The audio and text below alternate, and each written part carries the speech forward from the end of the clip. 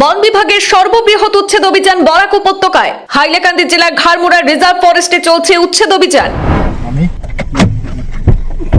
2800 বিঘা সংরক্ষিত বনাঞ্চল দখলমুক্ত করতে চলছে এই ব্যাপক অভিযান। এই অভিযানে মোট 516টি পরিবারকে উচ্ছেদ করা হবে। অভিযানে মোতায়েন করা হয়েছে 150টি বুলডোজার। আইন শৃঙ্খলা বজায় রাখতে ইতিমধ্যে গোটা জেলায় মোতায়েন করা হয়েছে 163টি ধারা।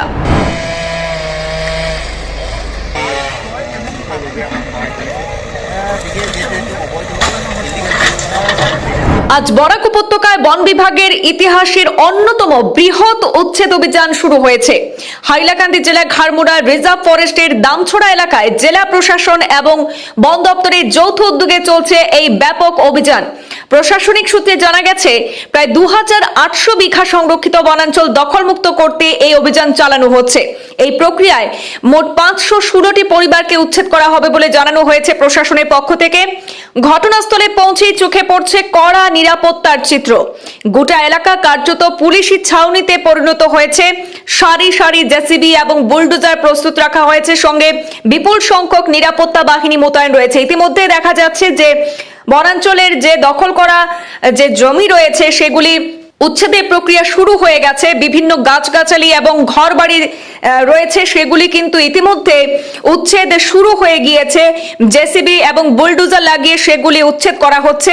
বিপুল সংখ্যক নিরাপত্তা বাহিনী মোতায়েন করা হয়েছে গোটা এলাকায়। আর গতকাল রাত থেকে আইন শৃঙ্খলা পরিস্থিতি স্বাভাবিক রাখতে প্রশাসন কঠোর নজরদারি চালাচ্ছে।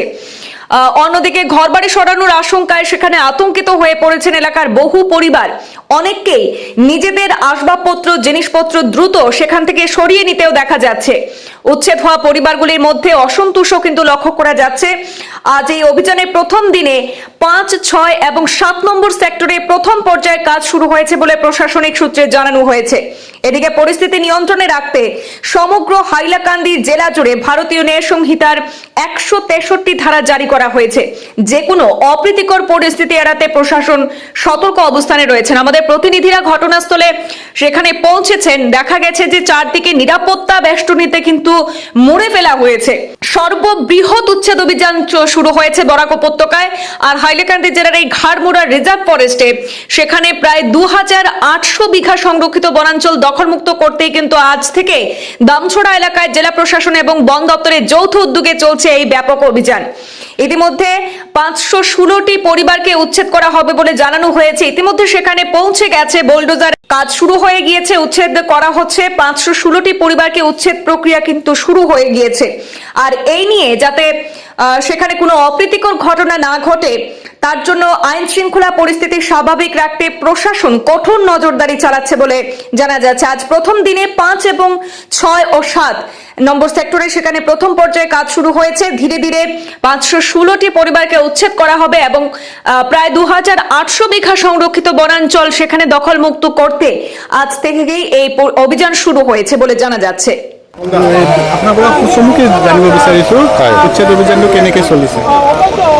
আমাৰ আজি 2 ফেব্ৰুৱাৰী 2026 ইয়াতে ঘাড়মুড়া range inner line forest under Hailakandi forest division খুব শান্তিপূৰ্ণভাৱে আমাৰ এই উচ্ছেদ অভিযান চলি আছে।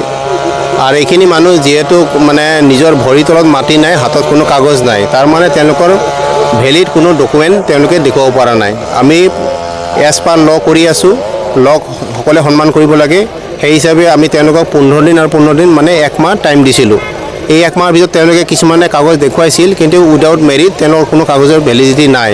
তাৰপিছত তেওঁলোকে 10 দিনৰ সময় পাইছিল, মান্যবৰ আদালতে দিছিল গুৱাহাটীৰ পৰা, কিন্তু সেইমতেও তেওঁলোকে আহিছিল, এই একেই কাগজ দেখুৱাইছে, গতিকে উইদাউট এনি মেৰিট। গতিকে তেওঁলোকক জনাই দিয়া হৈছে, স্পিকিং অৰ্ডাৰ লিখি হাতে হাতে দিয়া হৈছে।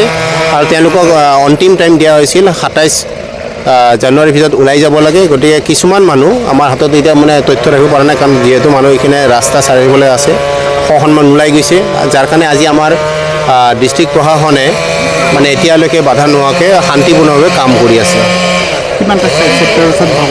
কিমান এৰিয়া আছে? আচ্ছা, আমাৰ টোটেল ছেক্টৰ আছে আমাৰ 7টা। আজি 2 তাৰিখে কাম হৈ আছে আমাৰ ছেক্টৰ 5, 6, 7 আৰু অহাকালি 3 তাৰিখে ছেক্টৰ 1, 2, 3 আৰু 4ত কাম হ'ব। টোটেল হাউচ হোল্ড আছে 516টা আৰু টোটেল এৰিয়া হ'ব 369 হেক্টৰ।